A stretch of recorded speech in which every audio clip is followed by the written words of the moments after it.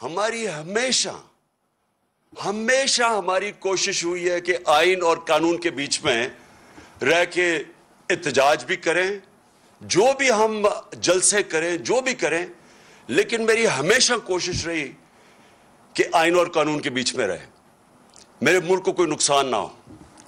तो ये इतना खौफ क्यों है? ये जो इनको क्यों डर है इतना ज्यादा?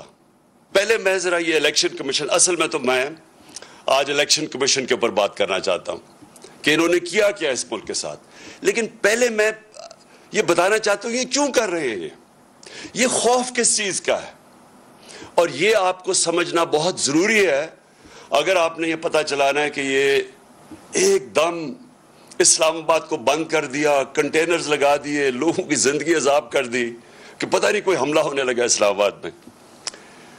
देखें इनको खौफ क्या है? खौफ शुरू किधर से हुआ कि इन्होंने एक पाकिस्तान की आईनी हुकूमत अल्लाह का करम से हर मुश्किल मोड़ से निकलती गई। पहले इन्होंने एक बैंकरप्ट इकोनॉमी छोड़ी, उससे निकल गई अल्लाह के करम से।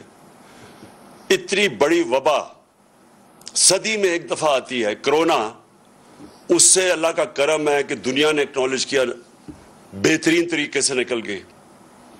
फिर कमोडिटी सुपर साइकिल आया, यानी कि दुनिया में कीमतें बढ़ गई, वो भी अपने लोगों के ऊपर बोझ नहीं डालने की पूरी कोशिश की और कंट्रोल रखा।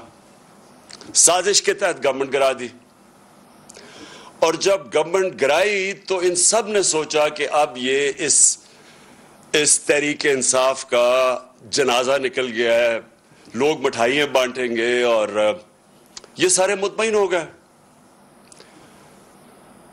अल्लाह का करम है, लोगों के दिलों के ऊपर वो कंट्रोल करता है।